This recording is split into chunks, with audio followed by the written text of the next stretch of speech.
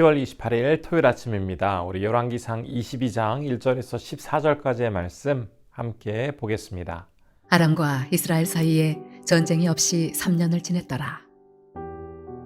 셋째 해에 유다의 여호사밧 왕이 이스라엘의 왕에게 내려가매 이스라엘의 왕이 그의 신하들에게 이르되 길르앗 라못은 본래 우리의 것인 줄을 너희가 알지 못하느냐? 우리가 어찌 아람의 왕의 손에서 도로 찾지 아니하고 잠잠히 있으리요? 하고 여호사밧에게 이르되 당신은 나와 함께 길르앗 라못으로 가서 싸우시겠느냐? 여호사밧이 이스라엘 왕에게 이르되 나는 당신과 같고 내 백성은 당신의 백성과 같고 내 말들도 당신의 말들과 같으니이다. 여호사밧이 또 이스라엘의 왕에게 이르되 청하건대 먼저 여호와의 말씀이 어떠하신지 물어보소서. 이스라엘의 왕이 이에 선지자 400명쯤 모으고 그들에게 이르되 내가 길르앗 라못에 가서 싸우랴 말랴. 그들이 이르되 올라가소서. 주께서 그 성읍을 왕의 손에 넘기시리이다. 여호사밧이 이르되 이외에 우리가 물을 만한 여호와의 선지자가 여기 있지 아니하니이까. 이스라엘의 왕이 여호사밧 왕에게 이르되 아직도 이물라의 아들 미가야 한 사람이 있으니 그로 말미암아 여호와께 물을 수 있으나 그는 내게 대하여 길한 일은 예언하지 아니하고 흉한 일만 예언하기로 내가 그를 미워하나이다.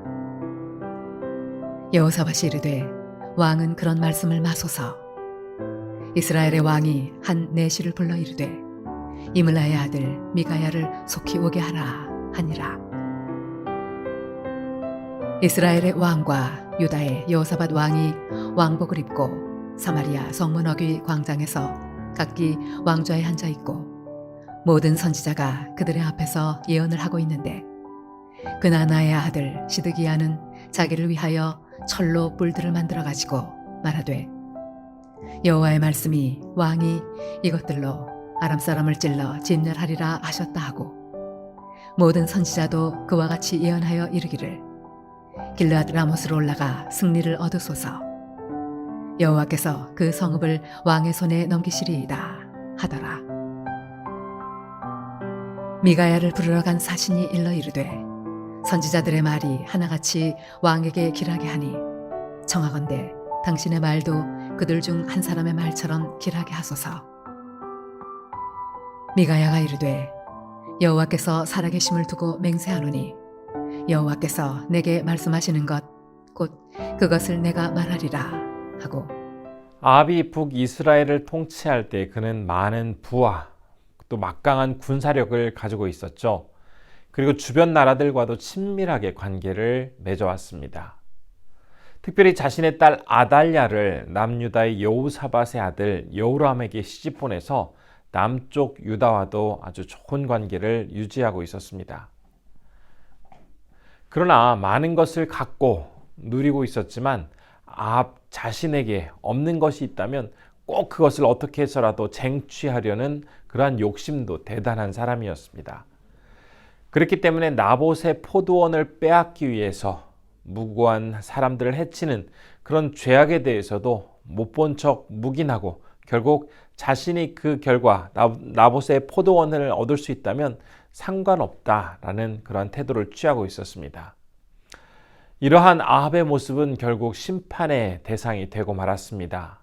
하나님은 약 7년간 잠잠하게 지내던 엘리야를 다시 그에게 보내서 아합과 이세벨이 무서운 심판을 당하게 될 것이다 라는 것을 전하였습니다. 그런데 어찌된 일인지 이 메시지를 들은 아합이 그 자리에서 진심으로 회개하면서 겸손하게 다시 살아가기 시작합니다. 하지만 이렇게 해서 약 3년 정도의 시간이 흐른 뒤에 그는 이제는 조금씩 처음에 가졌던 마음이 변해가기 시작합니다. 어느 날 사돈이기도 한 남유다의 여호사밧 왕이 아합을 만나기 위해서 북이스라엘의 수도 사마리아를 방문하였습니다. 그러자 아합은 신하들에게 갑자기 길르앗 라못에 대해서 이야기를 시작하죠. 원래 그곳은 이스라엘에 속한 땅이었는데 지금 아람 사람들이 차지하고 있는 게 말이 되냐면서 이 사마리아를 방문하고 있는 남유다의 여호사밧에게 우리 함께 힘을 모아서 그 땅을 다시 찾아오자라고 제안을 한 것입니다.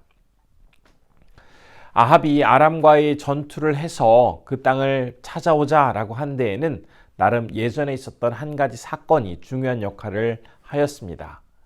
아합은 아람과 전쟁을 한 뒤에 승리를 하여서 그 땅의 왕 베나닷을 포로로 잡아왔었습니다.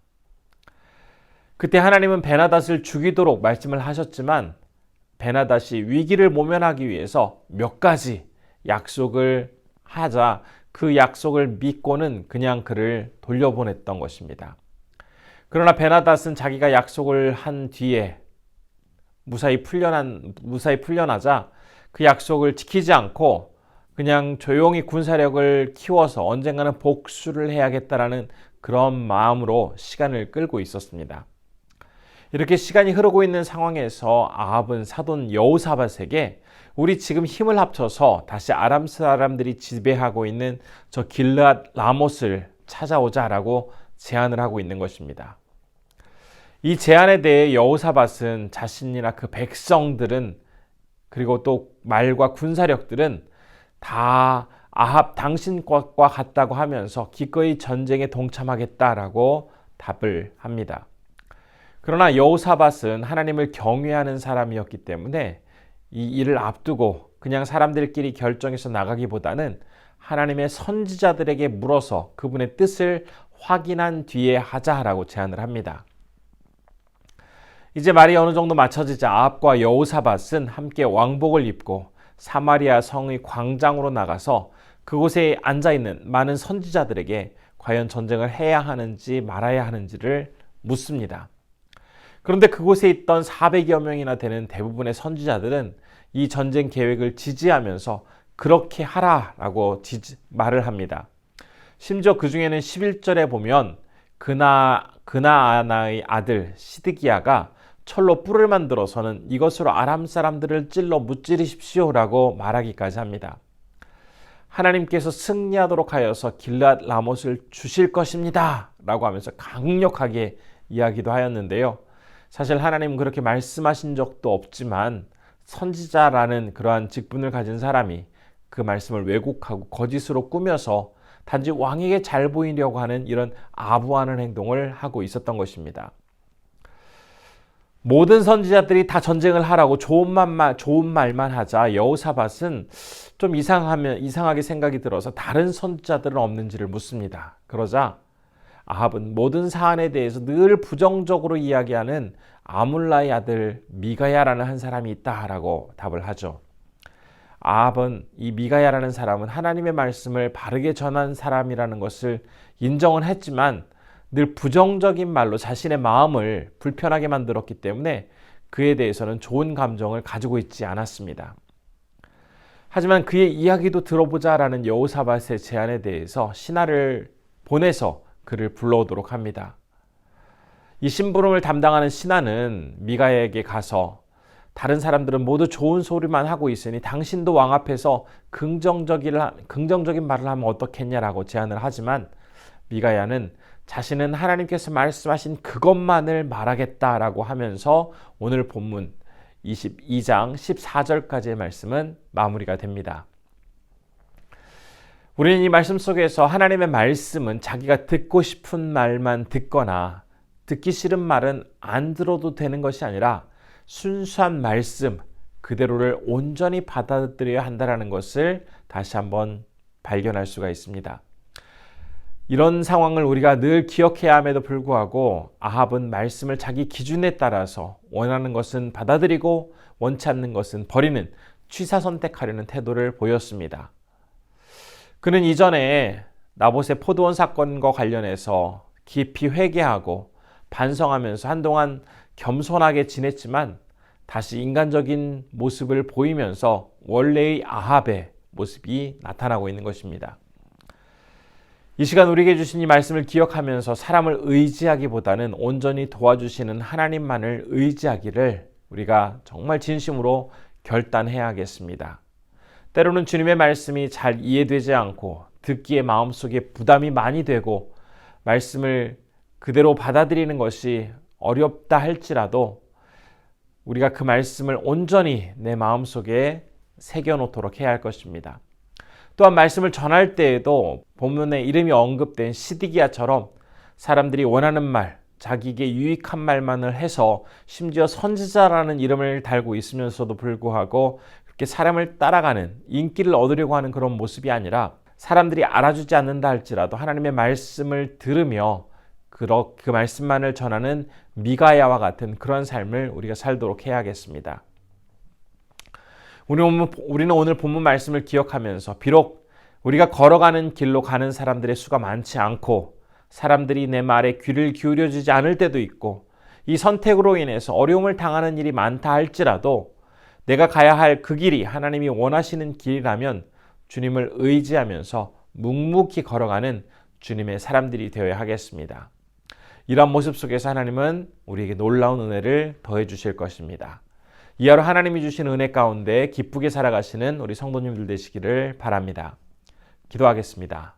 첫 번째로는 내가 가는 길이 좁고 험할지라도 하나님께서 명령하신 그 길이라면 끝까지 묵묵하게 성실하게 감당할 수 있는 용기와 위로를 허락하옵소서라고 기도했으면 좋겠고요.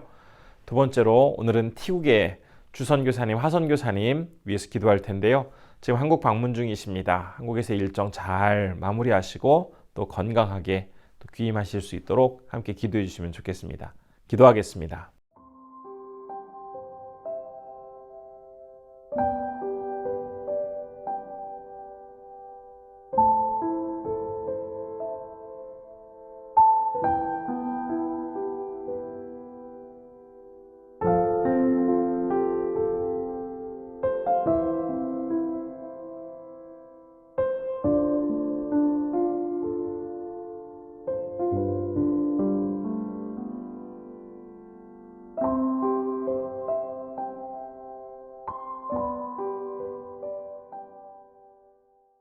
살아서 역사하신 아버지 하나님, 오늘도 우리에게 귀한 하루를 허락하여 주심에 감사드립니다. 오늘 말씀 가운데 하나님의 말씀을 인간의 기준에 따라 취사 선택하는 것이 아니라 하나님의 말씀이기에 온전하게 최선을 다해 그 말씀에 순종하며 말씀을 붙들고 나가야 함을 다시 한번 결단하게 됩니다.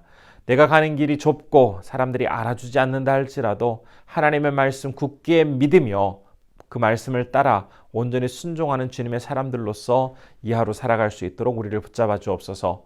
오늘은 티국에서 사역하시는 주선교사님, 하선교사님을 위해서 기도합니다. 지금 한국을 방문하고 계십니다. 한국에서 계획한 모든 일정들이 하나님의 인도하심 가운데 잘 진행되게 하시고 언제나 도와주시는 하나님의 신묘막측한 은혜가 우리 선교사님의 사역 가운데 충만하게 임할 수 있도록 붙잡아 주옵소서.